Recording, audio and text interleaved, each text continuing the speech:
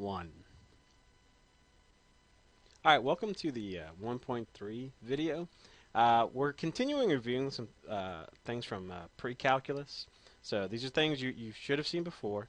But just to recap, we're going to be talking about exponential functions now. We'll talk about what is an exponential function.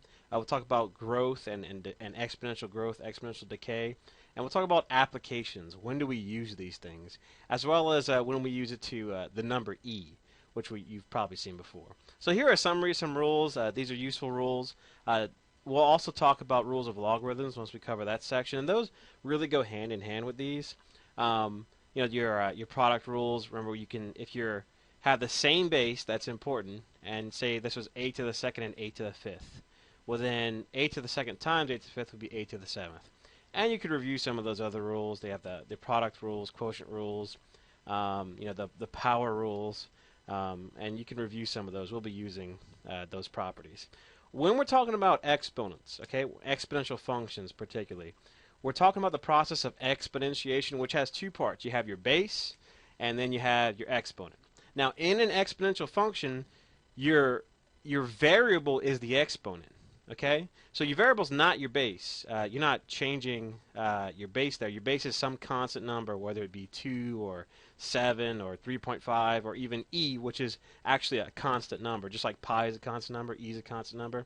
So that a, that thing, your base, is just any constant at all. And notice again that the variable is the exponent. Now, if you're trying to relate that to a power function is a little bit different.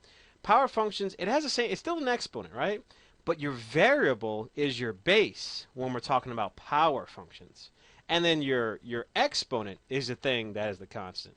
So if I like to compare two of those things. So I want you guys to graph on your calculator in your y1 line x squared, and then your y2 line 2 to the x. Notice how this is a power function right here. The first one's a power function because you're raising, you know, a different base all to the power of 2. And the second one, this is an exponential function. Not even going to try to write that pretty. All right, this is an exponential function because you're raising the same base to different exponents. All right, this is what the basic graphs look like. This is the power function x squared, the exponential function 2 to the x. This is them in the same standard window, that -10 to 10, and both up and down, left and right. And this is a zoomed window that I did using ZBox. And I'll show you guys how to use that ZBox property again, because it is a very useful tool.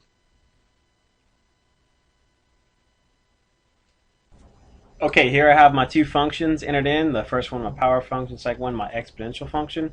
And I'm going to go to the graph, and I'm going to go to what you might see normally, the standard window. I hit zoom 6 there. Now, here's the part, I'm going to zoom out a bit to kind of see more of this. But before I do, notice how you can actually hit the trace button if you want to distinguish between one and the other. X squared is that parabola, which we're used to seeing. And they tend to kind of overlap right there, if you're looking at that. But I want to zoom out a little bit to see when they kind of diverge, when they go away from each other. So I'm going to zoom, and I'm going to go ahead and zoom out from the middle right here. So zoom out right there. Now I'm a little too far out. Now I want to zoom back in, but in a specific spot. Hit the zoom, and that Z box is what I'm interested in right here. So zoom, you can hit 1, or you can just hit enter. And now I'm interested in really... I want to hit enter in this bottom left hand corner. I'm going to go to the right. I'm going to go up, right up. And so I want to see you know, where they kind of intersect, and then I want to see kind of where they start to separate up here. So I go over there, I hit enter, and that's what I want right here. Now notice how when you hit the, wish I'd gone a little further down actually. I don't want these numbers are in my way, and that's kind of bothering me. But you hit trace, and you can see that now. Notice what happens. Right now I'm tracing the x squared function, and it's lower as you go farther to the right. It's lower than the exponential function. I'm going to hit up to switch to the exponential function 2 to the x. It really climbs faster. Once you get past actually a specific point, I can't really tell what that point is. If you kind of see your x values when you're tracing, see how they kind of tend to, they look like they hit each other at 4, but they look like they hit each other again at some other value. Now, if I want to see that a little clearer, watch what I'm going to do. Second, I'm going to go to table, and I'm going to reset my table here because I was doing another problem there. All right, make it start at 0, okay? And then hit enter. Make your delta table, meaning how it changes your x values to 1, and set that independent value to auto, which yours is probably already set to. Now that's my table set, second window. All right, now I'm going to go back to table. Notice how these graphs behave. Your first one, again, is your power function. I put that in y1. Your second one is your exponential. Between 0 to, notice where they're tied. They're tied when x is 2, they intersect. When x is 4, they do it again. And those are going to be the only two times they intersect, which I can show you in another window if you want to see it graphically. But the tables really help me because, all right, so I know that the exponential function is winning, between like 0 and all the way up to x equal 2. All right, then notice how between x equals 2 and x equals 4, see at x value 3, the power function is actually higher than the exponential function. But then the exponential function passes it up again. They intersect, and then from then the exponential function really takes over. Here the exponential function has 32 when the power only has 25, and then it just really just explodes from there. If you want to see that graphically, you might want to zoom in on, well, we know that happens between, the interesting points happen between 1, 2, like 2 and 4 is when they should happen. Sorry, 4 is going to be right there. So again, if you want, you can Z-box right there. I'm going to go to zoom. All right, I'm going to hit the 1 option, and I'm going to go all the way to, I want to go to the right, 4 right here, so at least past 4 on the right, and then I'm going to go down and to the left, at least all the way to the left beyond 2, so I'm actually going to go as far as left as a little less than 1 there. So you can see they intersect right here at 2, they intersect again at 4. All right, and that's just gives you an idea of how these two things compare to each other. Power functions aren't the same thing as exponential functions. So this is the basic shape of an exponential function. Now, a power function, you remember, well, that basic shape varied depending on whether it was even or odd. The even ones would be a parabola. But an exponential function, notice that, again, it's going to like explode up faster than a power function. It's going to climb a lot faster. But it might be easier to look at the table values here. Of course, as you know, if you're looking at this is the function, I believe, let's see, to the 1, 2, yeah, so this is the function 2 to the x. Okay, of course, when you make this variable, this exponent variable bigger, it's just going to increase without bounds, so, it's going to just go up forever. Now, what about when you make this negative? Notice how it's kind of going down, but then it doesn't seem to cross this x-axis here. And notice how even when I put negative values into x, they don't get negative. Because what is a negative exponent? Well, what's 2 to the negative 1? Well, isn't that 1 over 2 to the positive 1? 2 to the negative 2, isn't that 1 over 2 to the positive 2? Remember, negative exponents are actually reciprocals. So 2 to the negative 50 is actually 1 over 2 to the 50th. That's not a negative number. This is just this is 1 over some really huge number. It's a really small fraction.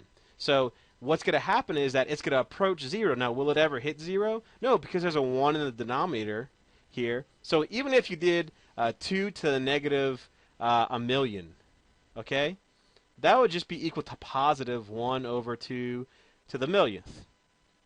So it's going to be a really close to 0, but it'll never get to it. So we can, of course, put anything in the domain here. There's no bad value you can put in the x. So your domain is going to be all real numbers. Or if you want to put it in interval notation, negative infinity to infinity, your range value is going to be, well, see our range values, of course, our y values are going to go up forever. So it seems logical to say it's going to go up to infinity. But what's our minimum value? Well, it gets really close to 0, but it never gets to 0. So that's the basic domain and range of an exponential function. We're going to use that to kind of compare domain and ranges for other functions. So let's look at this one right here.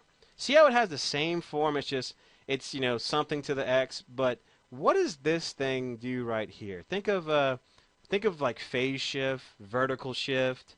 Which one is that? Well, that's going to be a vertical shift there.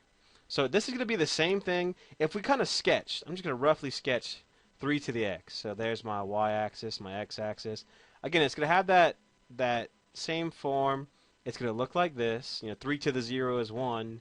3 to the 1 is 3, 3 to the 2 is 9. But then when you go to negative values, it's just going to really hug 0. Well, if we have this minus 6 here, all it's going to do is take that function and shift it down by 6. So instead of 3 to the 0, being that's still 1 here, but we're going to shift that down 6. So now at 0, this function is going to go through negative 5. And so it's going to look like the exact same shape, but it's only going to be shifted down by 6. So your domain is still going to be all reals. Negative infinity up to positive infinity.